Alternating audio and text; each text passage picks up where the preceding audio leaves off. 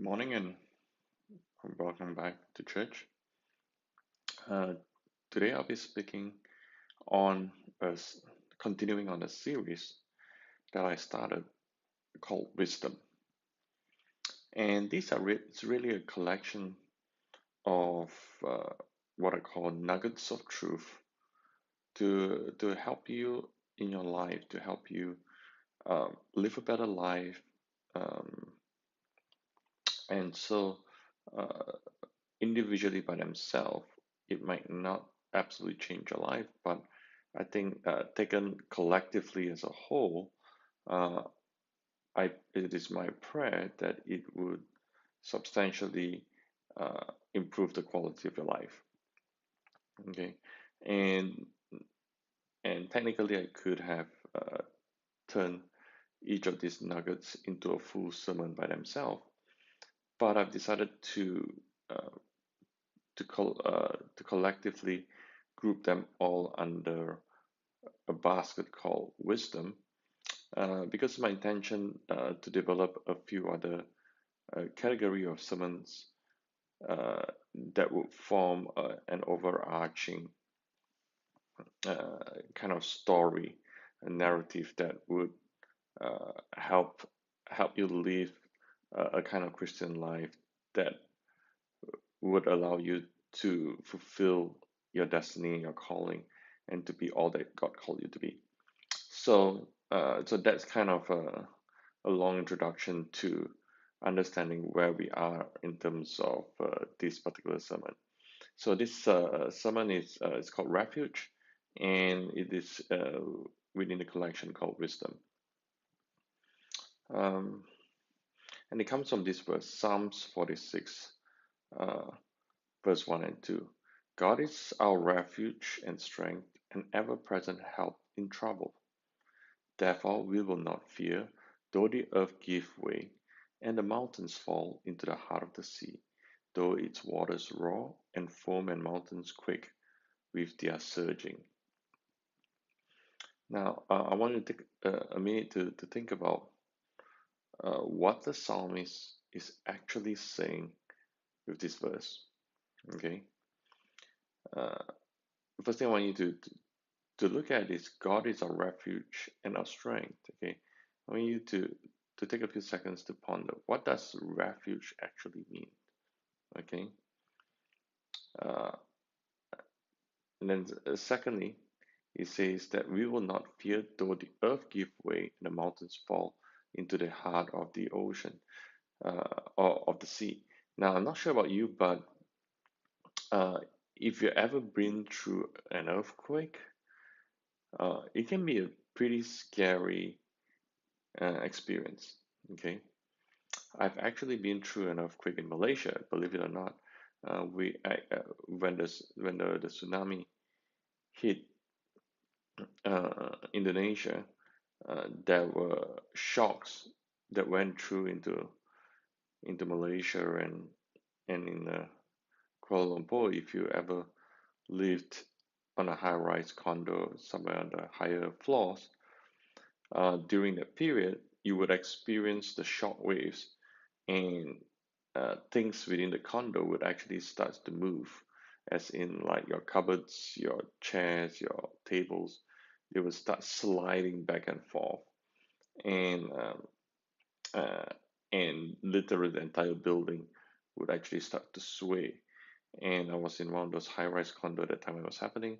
I do remember running down the stairs because I was too afraid to use the elevators, and I was pretty high up in the condo, and that was a long uh, run down the staircase to get out the building, not knowing if it will collapse or not.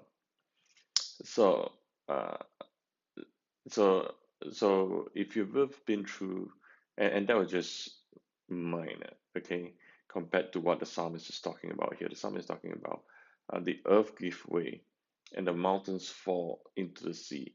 I want you to just picture that. Picture yourself standing in a situation, in a place where literally, the soil is giving way under you, and the mountains are crashing into the ocean.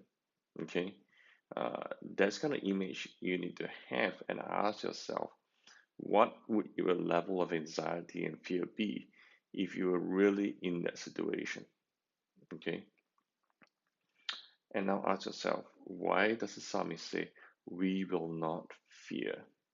Okay, and the reason why you need to have that imagery there, because it's only through that imagery that you can understand what the psalmist means by God is our refuge. Okay,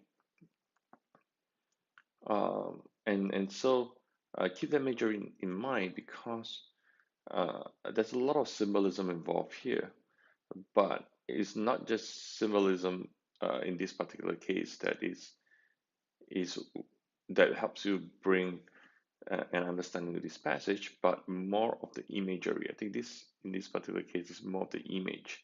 This image is necessary for you to understand the concept of refuge. Okay, so God is our refuge and strength. Okay, and in the modern world that we live in, the best way to think about refuge is to because it's uh, we live in a society now where we're not really afraid of lion and bears attacking us, at least not for most of us in most urban setting. Okay, um, but I believe that mankind at one point, you know, when we talk about refuge, we're really talking about lions and bear trying to eat us. Okay, but in a modern society, when you're not exactly facing that, so what's the refuge? What do we refer to refuge? Okay, what are we trying to create a refuge from? And I want to propose to you that for our generation, for where we are in time right now, that stress and the outcome of stress is something that we seek refuge from. Okay, um, or at least stress would be a good indicator that you need refuge from a stressor, the thing that's causing the stress. Okay, that's another way to think about it. So stress becomes a good uh, indicator on whether you need refuge. Okay, that's one way to think about it. So what are some of the sources? What are some of the sources that in which you need refuge from? So in other words, what are some of the stresses? What are some of the things that causing stress that you would need refuge from? And here's the idea of refuge. Okay, and you need to understand this for you to understand the role of refuge. Okay, when we talk about refuge, we're talking about a shelter. We're talking about some form of relief. Okay, I'm not saying that there are a few elements to this, and I don't want you to get confused. Okay, yes, God can help your problems. Okay, and God is a provider, God is a healer, God can be a source of a solution. Okay, but now we're talking about God as a refuge. Okay, so I'm not saying that in this particular that role that God plays. Okay, where He becomes a refuge. The refuge is not about a solution to the problem, even though he can be a solution. Okay, the refuge is not being a provider to your needs, even though he can be a provider and he will be a provider to your needs. Talking about refuge, we're talking about a relief, okay, from the problems or the stress. Okay, and it's important for you to bear that in mind, otherwise you won't understand, uh, uh, and you could potentially misunderstand the rest of what I'm going to say. Okay, so we talk about refuge, we're talking about a relief, okay, from this burden or relief from this stressor that is probably consuming you at that point of stress. Okay, so some sources problems are the most obvious one. Whether it's a financial problem, a relationship problem, a health problem, some form of sickness, disease. It could be an expectation, some form of expectation that you have of yourself, or some expectation that other people have of you. Okay, Trauma, pain, this could be a loss of a loved one. It could be an event. It could maybe you got robbed. Maybe um, something really bad happened to you, a traumatic event. Maybe an accident. Um, uh, transition is another source of stress. You're moving to another location. You're moving jobs. You're moving house. It could be emotional. Maybe you are depressed, anxious. So these are different sources of stress, and so the outcome of them is that you may have insomnia, you may have problems sleeping, you may have high blood pressure, you could have a loss of appetite, or maybe you could have the opposite. You could be eating too much. Um, you could be uh, have a constipation. Uh, you could Your immune system would be dramatically reduced, so you'll be susceptible to a lot of other illnesses and sicknesses. So these are some of the outcome of stress. Okay, so when we talk about a refuge, we're talking about a relief, a protection against some of these effects of stress. Okay, so that's what we're talking about how God can play that role. Okay, so when you ask yourself, refuge, okay, where do you go to for comfort? Who do you talk to when you're in trouble? Okay, we're not talking about getting advice here. Okay, that's a different thing, and I think I've got another sermon that actually covers that. Um, but I'm talking about where do you go to for immediate relief? Where do you go to for shelter from the outcome of the stress of this event or pain or problem has created? Okay, that's what you gotta ask yourself. When something goes badly wrong, where's your refuge? What do you do next? Okay, and be honest to yourself. I'm not asking you to fill up a form. I'm not collecting the data and posting it on Facebook or on a website somewhere. This is just between you and God. So you can afford the luxury of at least being honest to yourself. Okay, ask yourself, what is your current refuge? Where do you go to when something goes badly wrong? Okay, now, okay, that's clearly a typo here. Uh, Examples of a wrong refuge, not wrong refuge. And I mean, no disrespect to anyone with the surname Wong, or neither do I have anything against the Wong family. Uh, but so examples of a wrong refuge. Um, Alcohol. you know uh, this probably don't apply to you, but for some people, they could turn to alcohol or drugs. you know um, shopping, I know of people who actually use shopping as a refuge. Food, they turn to eating, and sometimes not just any kind of food. Sometimes it's you know like ice cream, or the really sweet stuff. And the reasons for it, and actually biochemistry reasons of why people turn to dessert and sweet stuff, when they're stressed, when they are, you know, uh, when they need refuge from their problems. Okay, sports, self-pity. You just think about how bad your situation is, and your entire mindset and focus is on poor you, poor you, poor you. Or you could have the reverse, self-promotion. You go on the opposite and you talk about how great you are. And you think about how great you are, and you tell everybody how great you are. You just go on the total opposite. Or busyness, just trying to make yourself as busy as you can so that you don't have time to think about your problems. Um, Computer games be another refuge, just so that you can block out the thoughts of your problem. Movies or TV, another very common one. People other than God, you know.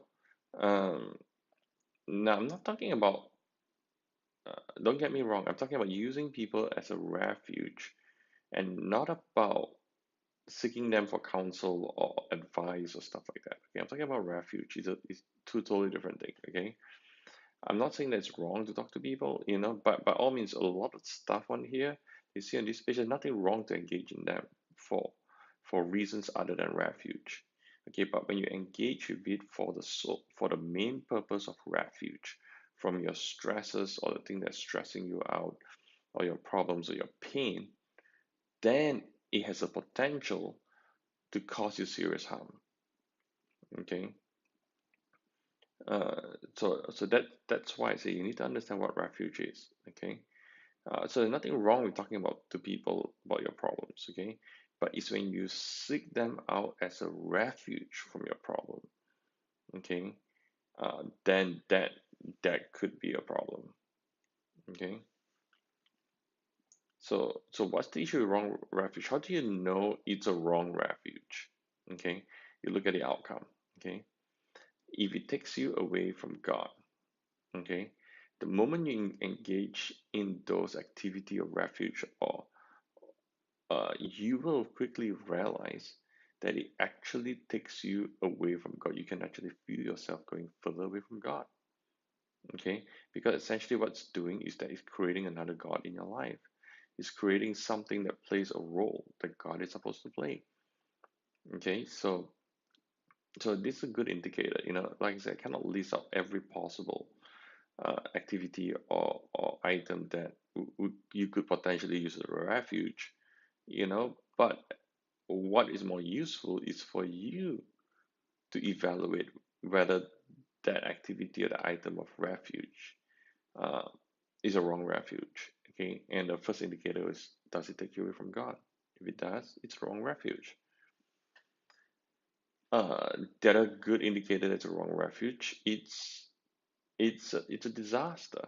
Okay, your outcome creates a disaster. Second Chronicles 16 verse 13. You can see, and you can read it for yourself. The disaster in that case is that this person was sick, and instead of seeking the Lord, he went and sought other medical help, and then he died in the process. Now, there's nothing wrong with seeing doctors. Don't get me wrong. Okay, if you're sick, please see the doctor. You know, but there is something wrong when you are seeking refuge from medical science. I'm not talking about seeking a cure. I'm not talking about seeking uh, a solution. I'm talking about seeking refuge. Uh, then it becomes wrong.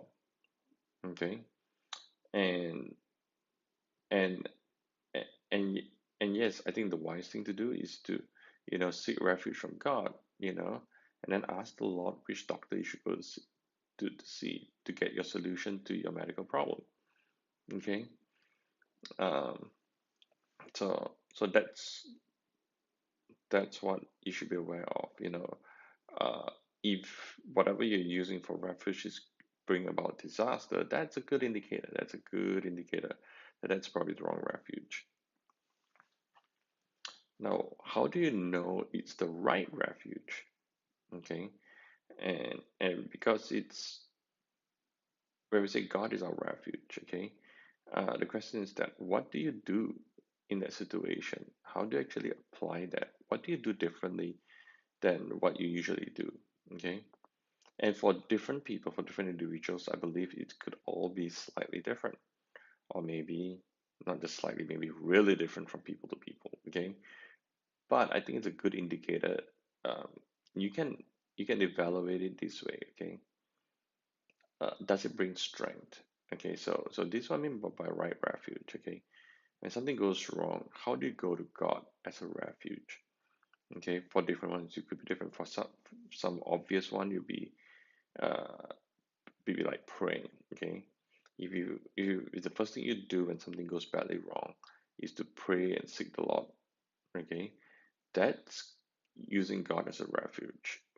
That one, I don't think anybody would doubt that or question that. Okay, if you fast and pray, that's also fairly obvious. Fasting. If play worship songs and listen to worship song more frequently, well, I would lean towards that using God as a refuge, but only you would know. Okay, whether you are using God as a refuge or you're just trying to drown out the sounds in your and the voices in your head at that point. Okay. Uh, I believe that worship song can be used as a way to get into the presence of God, to use God as a refuge, but I also know that it is also possible to use it wrongly. So only you will know the difference, okay? Ask yourself, do you get stronger with it? If you do, get emotionally stronger with it, then yeah, it's probably the right refuge, you know. Um, some people read the Bible, you know. I'm not sure if that works for you, but if it does, great, keep doing it, you know. If it doesn't, find some other way to get refuge from the Lord, you know. And there's going to be a whole other variety of ways to use God as a refuge, okay? Uh, but the bottom line is that, does it bring you closer to God? Do you feel strength from the Lord? Okay. If it does, then, you know, uh, you're learning to use God as a refuge.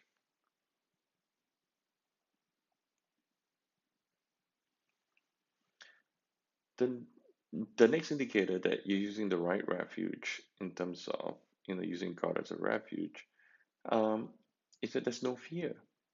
Okay. Now, I don't necessarily see fear as a binary situation of either fearful or having no fear. I tend to see it as a scale. Okay, uh, so I believe that fear is usually a scale. You can be more fearful or less fearful. I believe at some point of that scale it's so low that it can be considered no fear. Okay, so in the time of trouble, in the time of when you're stressed, okay, usually there's some form of fear attached to the stress. There's an emotional fear is an emotional condition that's attached to stress. Okay, if a financial problem, there's a fear. There's a fear of not being able to pay the bills. There's a fear of litigation. There's a fear of of not having enough for the next month. That's a real and present fear.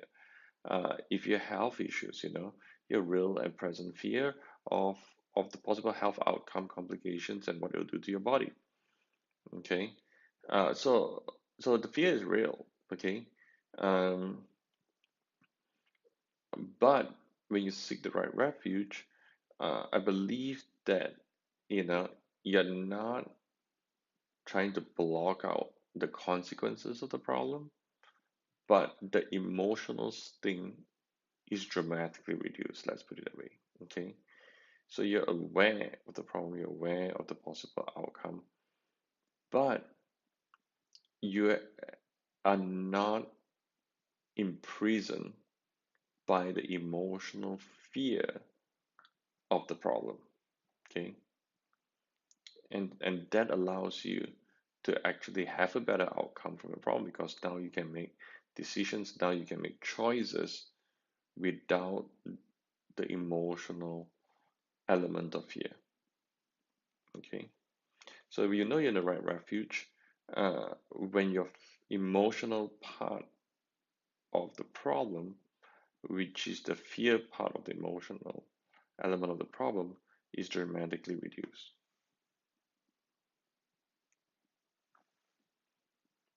Okay, so here's some key takeaways. Here is some key takeaways. First, identify, be real honest with yourself. Okay, this between you and the Lord. You don't have to say anything to me or to anyone else. I'm not asking you to turn to your neighbor, to your left and right, and tell them, your biggest, most stressful problem right now. Although I'm tempted to actually say that, I'm not going to do that. But be honest to yourself. Okay, ask yourself, identify if you're currently stressed and what is it that's actually stressing you now. And for some of you, there could be multiple things that's stressing you down. But ask yourself, what's the biggest thing that's stressing you now? Okay, and then ask yourself the second issue. You know, uh, Second item on the takeaway is seek refuge in the Lord. What do you do to seek refuge in the Lord? What do you do on a daily basis? What can you do? What works for you in a way to seek refuge in the Lord? Okay. And how do you know that that's the right refuge? Well, check the outcome. You know, Do you feel closer or further from God? You know, do you feel stronger or weaker after seeking the refuge? Do you feel less or more fearful? Okay, so these are all uh, elements to help you seek refuge in times of trouble, in times of stress. Uh, by no means am I saying that this would solve your problem. That's a whole different sermon by itself. But this is for you to seek refuge. Okay, so hopefully that brings some clarity, some understanding uh, to you, and it's my prayer that it would improve the quality of your life and make life a little bit better for you. Uh, Let us pray.